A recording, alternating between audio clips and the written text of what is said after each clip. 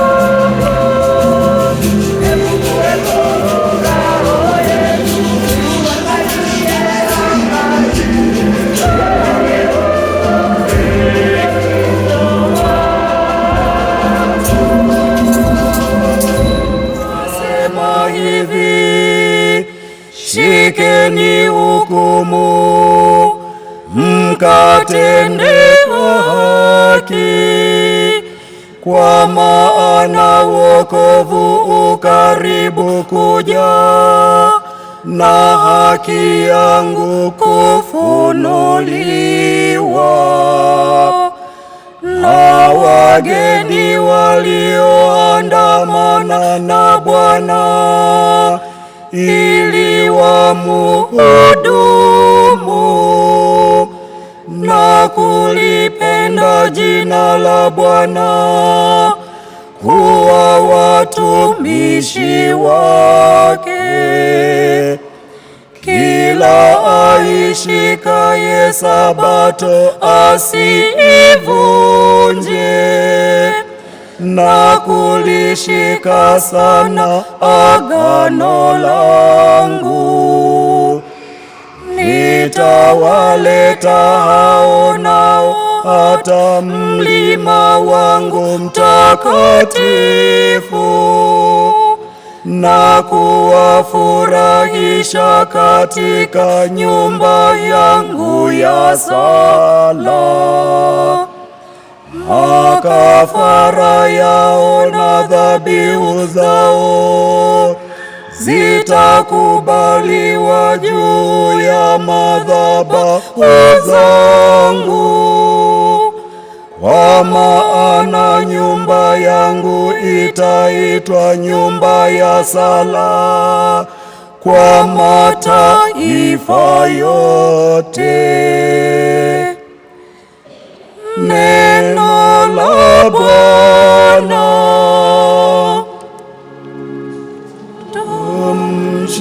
Tumshukuru Mungu.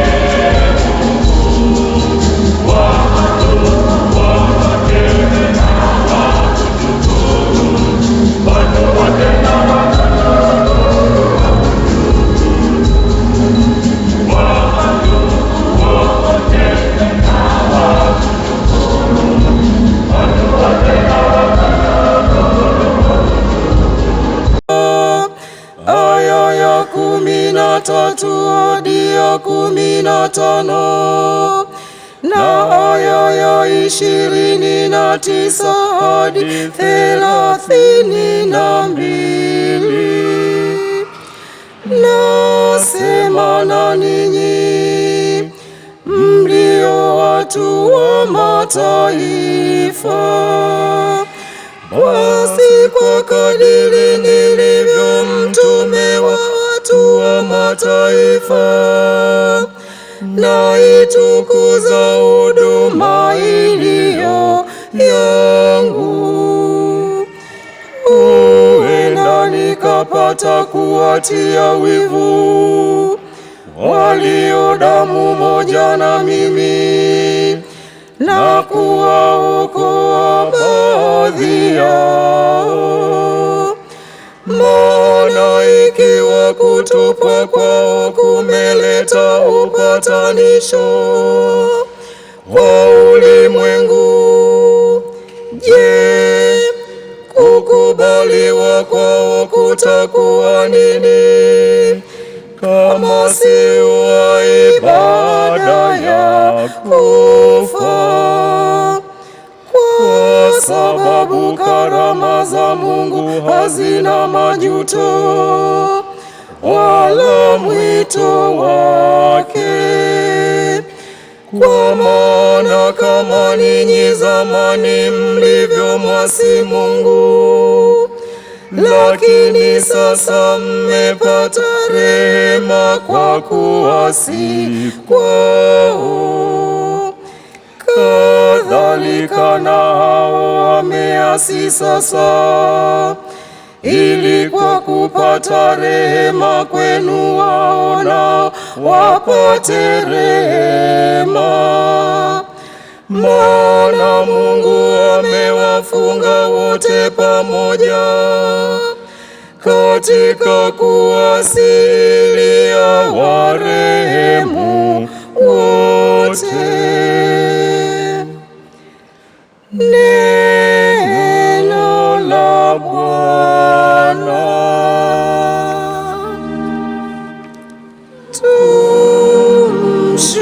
Tumshukuru Mungu.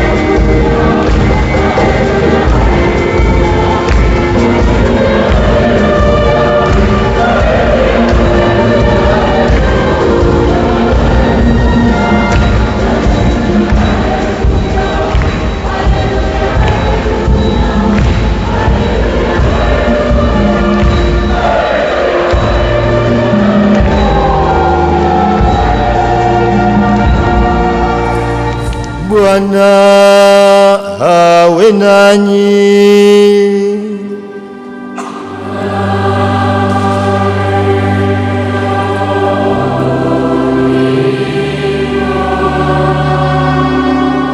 Somo la Injili takatifu ilivyoandikwa na Mathayo.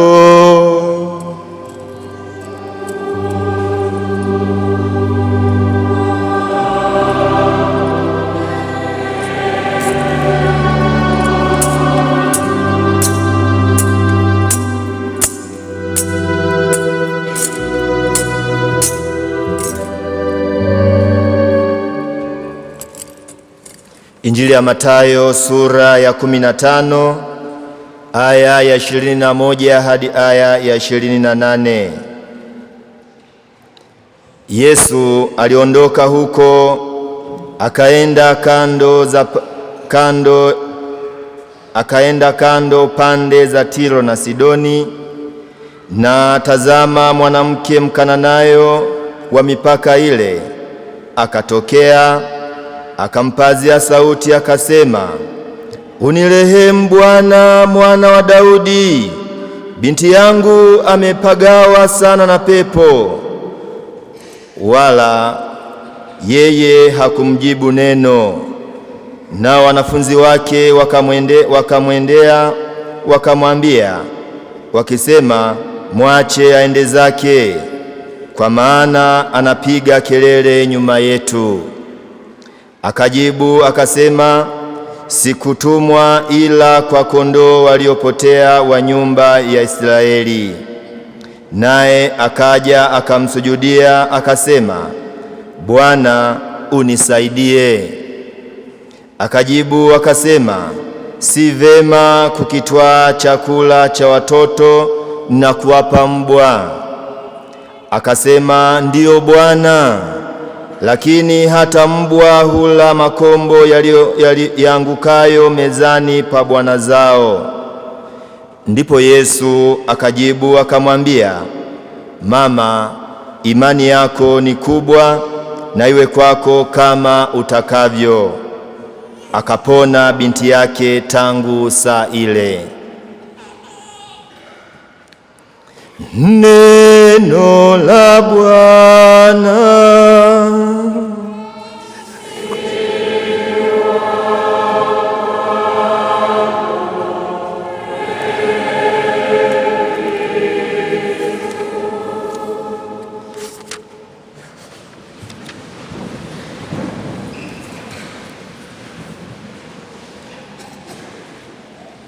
Ndipo Yesu akajibu akamwambia, "Mama, imani yako ni kubwa, na iwe kwako kama ulivyo utakavyo." Na binti yake akapona saa ile ile. Familia ya Mungu, tumsifu Yesu Kristo. Niwakaribishe tufanye tafakari fupi, tuyajumulishe maneno haya ya Mungu yaliyotangazwa hivi punde masikioni mwetu, kama nilivyosema mwanzoni mwa misa, tunapokusanyika hapa kusema asante kwa Mungu, kujifunza maneno mawili matatu ambayo Mwenyezi Mungu anatamani yatuongoze katika hii wiki nyingine ambayo anatupatia sisi kama watoto wake, na wakati mwingine si kwa mastahili yetu, ila tu kwa baraka na neema zake na mastahili ya Mungu kwetu sisi watoto wake. Tumekutanika hapa kuiadhimisha Dominika ya 20 ya mwaka A wa kanisa. Basi neema za Mungu zi pamoja nasi, na tunaendelea kujivunia uwepo wetu sisi katika imani tunayomwabudu Bwana Mungu wetu. Bwana Mungu wetu leo anatufundisha nini? Bwana Mungu wetu kupitia masomo haya tuliyosikiliza hivi punde yakisomwa, somo la kwanza kutoka katika kitabu cha Nabii Isaya sura ya 56 kuanzia ya kwanza aya ya 6 na hadi ya 7, na somo la pili tumesikia kutoka waraka kwa Warumi sura ya 11, na somo la Injili ambalo tumelisikiza hivi punde kutoka mwinjili Mathayo sura ya 15 kuanzia ya 21. Kwa ujumla masomo haya matatu yote yanatukumbusha tu neno kubwa moja, kwamba mpango wa Mungu wa ukombozi ulikuwa kwa ajili ya watu wote. Mungu yuko radhi asilale, asifanye chochote, ila tu aweze kutukomboa, tuwe katika hali mbaya au katika hali nzuri. Mpango wa Mungu wa ukombozi ni wa watu wote, mimi na wewe na watu wengine wote, na ndio tamanio la Mungu kwamba mara baada ya kuwa ametuumba akatujalia nafasi ya kuwepo hapa duniani, akatujalia nafasi ya kumtumikia Mungu, wengine kama mapadre, wengine kama akina mama wa ndoa, akina baba wa ndoa, wengine kama watawa, wengine kama vijana na kadhalika, kila mmoja kwa hadhi yake. Basi Mwenyezi Mungu anatamani tusifanyie bure. Siku moja mara baada ya utumishi wetu hapa duniani tuweze kwenda mbinguni. Sasa kama Mwenyezi Mungu anatamani tuingie katika mpango wake huo wa kutukomboa sisi sote, tutafakari, jibu langu mimi kwa huyu Mungu ni lipi? Jibu langu mimi kwa huyu Mungu anayetamani aniongoze, anitawale, anilinde, anipiganie, jibu langu mimi ni lipi? Katika kutafakari kwangu katika Dominika hii ya 20 ya mwaka A wa kanisa, nikasema tuongozwe na tafakari hii kwamba kwa kuwa Mwenyezi Mungu ametupendelea akatuweka katika mpango wake wa kutukomboa twende mbinguni, sisi tukiwa hapa duniani hatuwezi kwenda mbinguni kihivi hivi. Tunahitaji ndiyo kufanya kazi ya kuhusiana na neema ya kimungu ili tuweze kufikia utakatifu wa maisha huko mbinguni. Sasa masomo yanatufundisha vitu vikubwa viwili: udumifu katika imani na udumifu katika kuomba, imani na maombi. Kumbe kama tutamani twende mbinguni, lazima tuthibitishe imani yetu kweli kweli kwa Mungu, na lazima tuwe waaminifu na wadumifu katika kuomba na kumsihi Bwana Mungu wetu. Kumbe leo kila mmoja tafakari, imani yangu kwa huyu Mungu ambaye anatamani anikomboe ikoje? Ombi langu kwa huyu Mungu anayetamani anikomboe na mimi niweze kuingia katika mpango wake wa ukombozi ipoje? Somo la kwanza tumesikia katika kitabu cha Nabii Isaya sura hiyo ya 56, sehemu ya 3 ya kitabu cha Nabii Isaya kuanzia sura ya 55 mpaka mwisho. Wana wa Israeli wao wametoka utumwani mara baada ya kuteswa huko Babuloni, wamerudi katika nchi yao ya ahadi. Na mara baada ya kufika katika nchi yao ya ahadi Kanani, Mwenyezi Mungu anaanza kufanya kama atengeneza taifa jipya, taifa ambalo limetoka kuteswa linaanza maisha mapya. Mungu anataka nini? Mwenyezi Mungu anaahidi kwamba kwa kuwa yeye tangu mwanzo amekuwa Mungu wao na yeye anawasihi wawe watu wake, Mwenyezi Mungu anaahidi daima kuendelea kuwapokea watu wote katika ufalme wake huko ambao ameutengeneza, au katika nyumba yake hii ya Israeli, endapo tu watakuwa waaminifu au watadumu katika maisha ya haki au watadumu katika maisha ya kuwa wafuasi wake wenye kushika hukumu za Mungu, ndio sheria zake, ndio amri zake. Somo la kwanza linawadai wa Israeli wanaporudi kuanza maisha mapya katika nchi ya Israeli, ambapo Mungu amewatoa katika utumwa wa mateso. Anatamani wadumu daima katika kushika hukumu zake na wadumu daima katika kushika haki yake. Na tumesomewa somo leo kwa kuimba. Ningekuwa watoto ningepita huko na wauliza neno moja walilosikiza leo katika somo la kwanza ni lipi?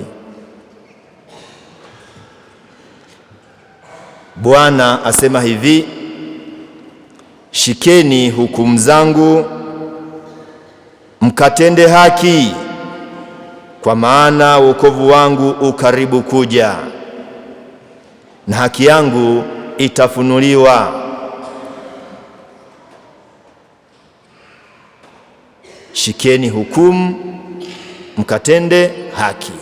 Somo la kwanza linatufundisha vitu vikubwa hivyo viwili: kushika hukumu, kushika sheria na taratibu za Mungu, halafu tuwe wafuasi wa Mungu tunaoishi haki yake, kama tutamani kuingia katika mpango wake atukomboe tuweze kwenda mbinguni. Kumbe nijiulize mimi, mbatizwa wa sasa hivi, mimi Muisraeli wa sasa hivi ambaye Mungu anatamani aniite na kunikomboa na kuingiza katika nyumba yake, ambapo mwishoni mwa somo tunaambiwa nyumba ya Mungu itakuwa nyumba ya sala kwa mataifa yote. Yaani sisi sote tuingie mbinguni tukasali. Lakini ili tuweze kufika kule mbinguni tunadaiwa mambo makubwa mawili kupitia somo la kwanza: kushika hukumu na kuwa wafuasi ambao tunatendeana haki. Iko wapi haki ya padre kwa wafuasi, kwa waumini wake? Ipo wapi haki ya waumini kwa kanisa? Ipo wapi haki ya Watanzania kwa ajili ya taifa lao? Ipo wapi haki ya mbatizwa anayetamani kumtukuza Bwana Mungu wake kwa matendo yake na kwa kazi zake zote? Tuombe Mwenyezi Mungu atujalie kila mmoja kutafuta namna ya kuishi haki ya Mungu. Nashikaje haki ya Mungu?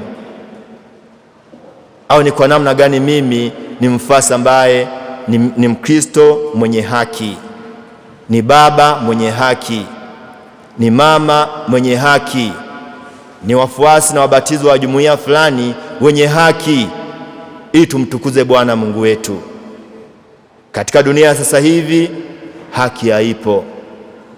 Kila mmoja anatafuta namna ya kujishibisha yeye mwenyewe na maisha yaendelee. Kumbe kila mmoja afikirie, kumbe kama nataka kushiriki katika mpango wa Mungu wa ukombozi, niweze kwenda mbinguni, lazima niwe mfuasi mwenye haki. Tuombe Mwenyezi Mungu atujalie kuwa watumishi wenye haki. Niwe mwenye haki katika utumishi wangu niliopewa, kama padre, kama mbatizwa. Kama ningeuliza wanaoshika haki wanyoshe mkono, wote tungenyosha mikono na kumfurahia Mungu, kwa kuwa hatujajitafakari zaidi rohoni mwetu. Ni wapi nimekuwa mfuasi wa haki ili niingie katika mpango wa Mungu, na huku yawezekana nimekuwa baba niyetelekeza familia, afu naendelea kufurahia na maisha. Mungu ni mwema, kwamba watoto wangu wamekula nini au hajala. Mungu ni mwema. Haki. Kumbe ukifikiria haraka haraka, mimi ni mtu mwenye haki, lakini wapi umethibitisha haki yako? Kama haki ya Mungu inakwambia leo ni siku ya Jumamosi, nenda kasali jumuiya, wale sali jumuiya tupunge Yesu mkono. Haki iko wapi?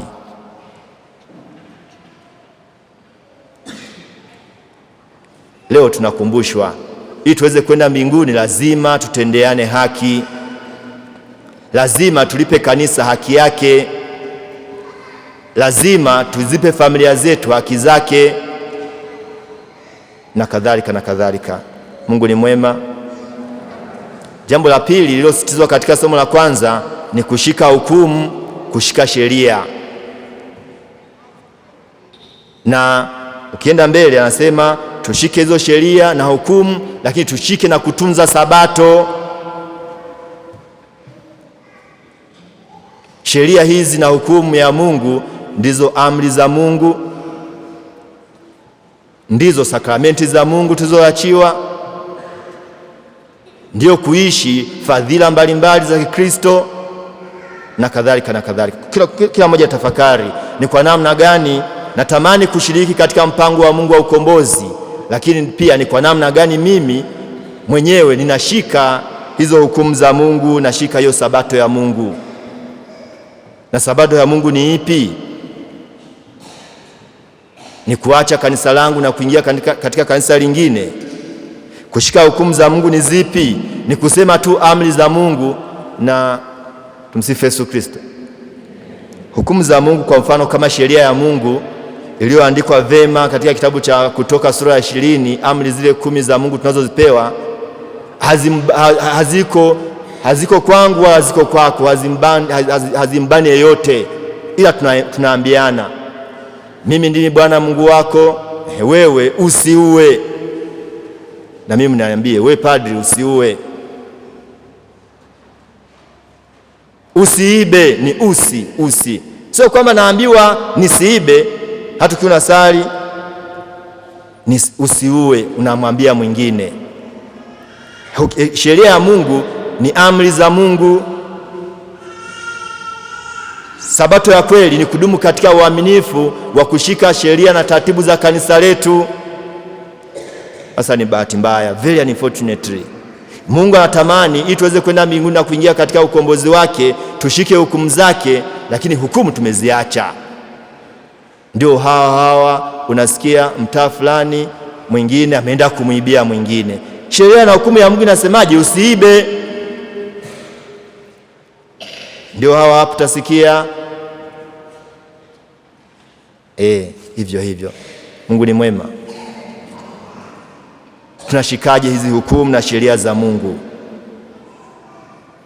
Kumbe leo tunakumbushwa, kama tutatamani kuendelea kuwa miongoni mwa wafuasi wa Mungu ambao tunashiriki kuingia katika mpango wake wa kutukomboa kutoka hapa duniani kuingia katika utakatifu wa maisha mbinguni, tuwe wabatizwa au tuwe wa Kristo ambao tunashika hukumu na sheria ya Mungu.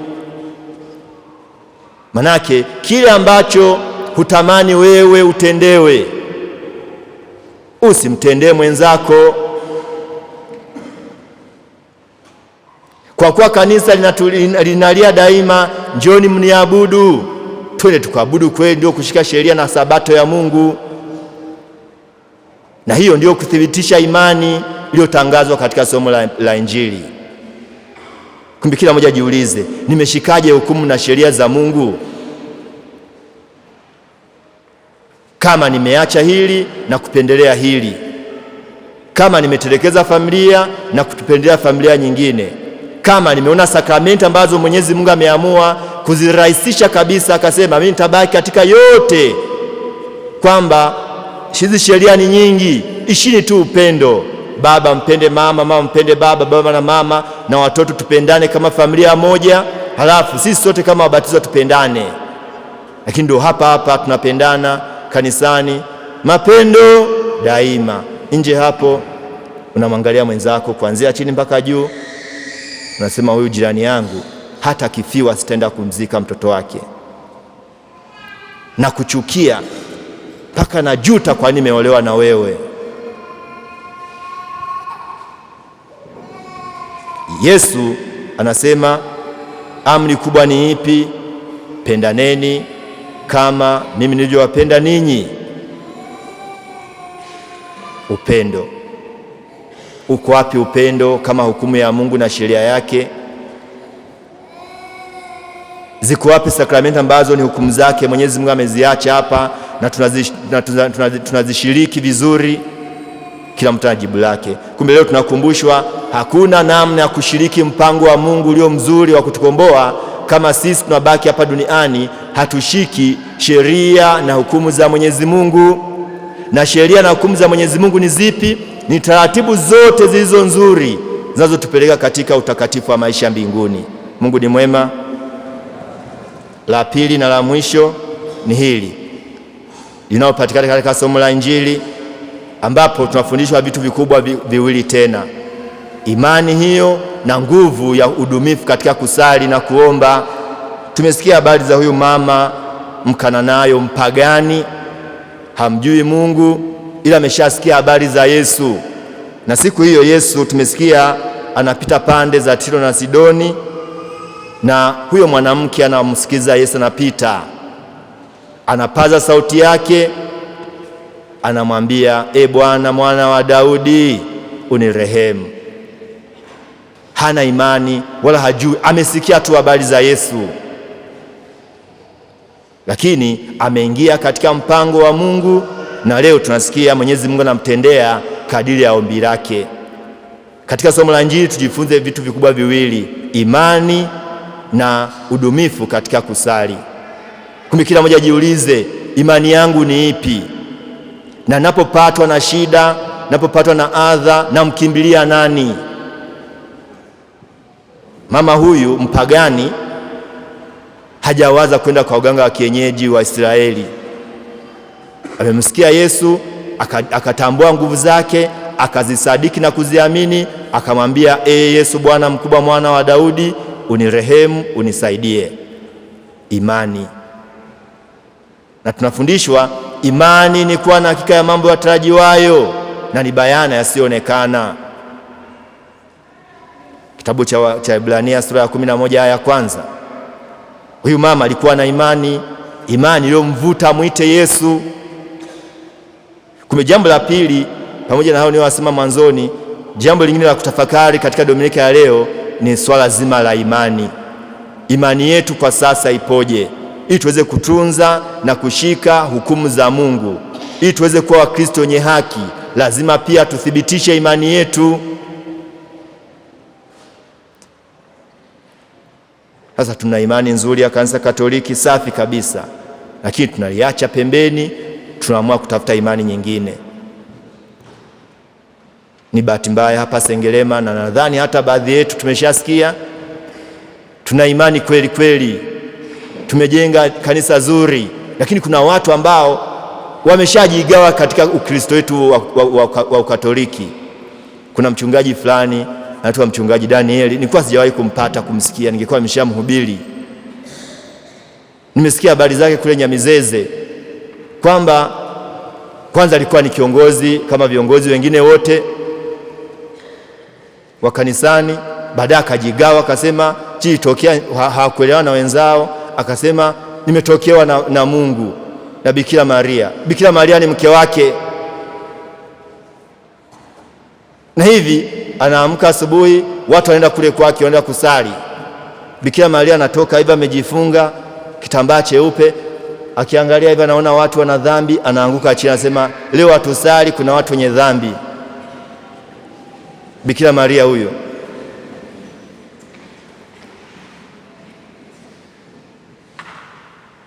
Mpaka watu watoke, hao walio wamekunywa pombe waondoke, ndio tunasali. Nasikia mimi habari hizo na ni za kweli. Nimeshamuuliza Baba Paulo, akaniambia ni kweli, wakumbushe waumini. Sasa very unfortunately, Mkristo ambaye alibatizwa miaka zaidi ya 50 iliyopita, ana imani ya Kanisa Katoliki, amevaa na rozari, mpaka ameanza kuzeeka, amefika saa 11, nakutana naye anaenda. Na mimi ni mkorofi sana, nasimamisha gari. Mama, habari nzuri, naenda wapi? Naenda kusali. Wapi? Kwa Mchungaji Danieli. Mbona umevaa rozari? Ni kwa Wakristo wa Katoliki. Kweli? Kuna mwingine padre anasalisha huko kuliko mimi? Imani kwamba kwa kuwa yule mama, Mungu wangu, ndio Bikira Maria wa Mchungaji Danieli, akilala hivi anawabariki, mnapata nguvu. Unaacha imani ya Kanisa Katoliki, nyumba nzuri kama hii ya kumtukuza Mungu, unaenda kukaa chini kwa Mchungaji Danieli na unajivunia kwani Mungu si moja, tunamtumikia Mungu mmoja. Eti afadhali hata hao wanaenda kwa mchungaji, na imani yako na kusoma kote bado unaenda kwa mganga wa kienyeji. Kwa mfano, unaugua kidogo, humtegemei tena Mungu, unaamua kuacha Mungu, unatafuta maisha yako mwenyewe. Halafu Mungu ni mwema. Mungu ni mwema au sio? Tumsifu Yesu Kristo. Leo tunafundishwa umuhimu wa kumtambua Bwana Mungu wetu. Na mimi hapa siwezi kusema kwamba tujamtambua Mungu kama huyu Mkananayo, huyu mama. Sisi tunamjua Mungu kabisa. Mungu wetu ndio mwema, Mungu wetu ndio anayeponya, Mungu wetu ndio mwenye uweza wote, tunatambua na tumelishika hilo tangu kuzaliwa kwetu. Kwa nini tunamwacha Mungu na kuhamia Airtel? Kwa nini tusibaki na kushika mafundisho na mawaidha ya Mungu na kuwa waaminifu kwake? Kwa nini? Kwa sababu tunaamua kusikiliza mioyo yetu au kujisikiliza sisi wenyewe na kujipendelea, na hivi kuamua kutenda mabaya. Kumbe leo tunakumbushwa thamani ya kutunza imani yetu. Na sehemu nyingine waga nasema thamani ya kutunza imani yetu na kuirithisha kwa wengine. Kumbe sikubali kwamba una imani ya Kanisa Katoliki kama baba na mama na mtoto wa kwanza, hafu mtoto wa pili ni Muislamu, aende tu amwabudu Mungu, tuachukulia poa. Hapana, leo tunakumbushwa thamani ya kuwa waaminifu katika kutunza deposit of faith, imani yetu. Tusiichezee, tuilinde, tuitunze, hata kibidi tufe kwa upanga au kwa nini, kwa moto. Kumbe kila mmoja tafakari, imani yangu kwa Mungu ni ipi? Na kama kweli na imani kwa Mungu, ndio niishi hivi? Ndio niache kufunga ndoa? Ndio niache kusali? Ndio niache kutoa sadaka yangu ndogo ya muda? Ndio niache kutoa sadaka yangu ndogo hata kuimba kwaya? Hapana, imani thabiti huthibitika pia katika matendo madogo madogo. Tutakuwa waaminifu na kuona kwamba tumekuwa pale tunapomwita Bwana tusaidie katika mambo yetu. Kama huyu mama mkana naye tuwe msikia leo, angekuwa hata shoga yangu yani mkana nayo amemwita Yesu, tena amemtambua Bwana mkubwa, mwana wa Daudi. Wewe unamtambua Yesu yupi? Yesu wa miujiza. Katika ulimwengu wa sasa hivi tunatamani Yesu ambaye kusema nataka kupata division 1 T imefika. Imani au imani ya pokea pesa. Na Wakristo wa Katoliki bila hata kukumbuka wamebeba nini, wamebeba hadhi gani ya imani, wanaamua kwenda kwa mwanamposa na kumwagiwa maji ili wazae watoto, lakini mpaka kesho bado ni wagumba. Tulinde imani yetu, na hivi tuitendee matendo madogo madogo mazuri ya kiimani yanayothibitisha Ukristo wetu. Mwenye imani, itakufaa nini kubaki Mkristo ambaye unamwona mwenzako ni mbaya halafu nasema mimi ni mwenye imani? Itakufaa nini kuwa Mkristo ambaye wanakuambia njoo fagia kanisa tu, toa mchango kwa ajili ya kufagia kanisa, uoni faida yoyote ile, unasema na imani kwa Mungu? Uongo. Leo tunakumbushwa thamani ya kumwita Mungu atusaidie katika imani yetu, na imani yetu idhihirike katika kutenda matendo madogo madogo daima. Na Petro anatuambia, nionyeshe imani yako ulionayo bila matendo, nami nitakuthibitisha imani yangu kwa matendo. Tuombe Mwenyezi Mungu atujalie paji la imani. Lakini pia katika imani kuna watu ambao watatukatisha tamaa. Tumesikia hawa wafuasi wa Yesu wanamwambia anatupigia kelele tu, na kuna waumini humo wando Fadha Kachina anapiga tu kelele. Wamo humu ndani, unapoteza muda, unatukalisha kanisani sana, tukasome tukafanya sherehe eti. Ndio hawa tuwasikia kwenye somo la Injili. Tumwache huyo mama anatupigia kelele. Lakini yule mama kama haikutosha, kwa imani aliyokuwa nayo mbele ya Yesu, akakimbia mpaka mbele ya Yesu, akapiga magoti, akasujuda, akaanza kuongea naye. Imani iliyoje! Na Yesu anampa tena jibu lingine la kukatisha tamaa. Si vema kuwapa chakula cha watoto nani? Kuwapa chakula cha watoto nani? Hamjasikia somo? Kuwapa chakula cha watoto nani? Mama huyo ameitwa nani? Mbwa. Yesu akaona imani kubwa ya mama, akamkirimia kadiri ya ombi lake. Kuna Mkristo mbatizwa amefunga ndoa, ana imani yake nzuri, akifinywa tu anamshikia subira, kama huyu mama alivyokuwa na subira. Uvumilivu, kama huyu mama alivyokuwa na uvumilivu. Kutokusikia watu wengine wanakuambia nini, ila unakaza uso wako katika kumtafuta Mungu wako. Inawezekana. Kwa leo tunakumbushwa hayo. Tuombe Mwenyezi Mungu atujalie ili kila mmoja ayatambue umuhimu wa kuishi imani yako vema, lakini udumifu katika kusali na kuomba, na tusikate tamaa hata siku moja. Tuvumilie, tuwe na saburi na uvumilivu katika kusali na kumwomba Mwenyezi Mungu bila kusikia kelele za watu wengine, ili tuweze kumtumikia Mungu wetu hapa vizuri duniani, na kwa kushika hukumu yake, kwa kuwa Kristo wenye haki, tufike kwake mbinguni. Mungu awabariki sana.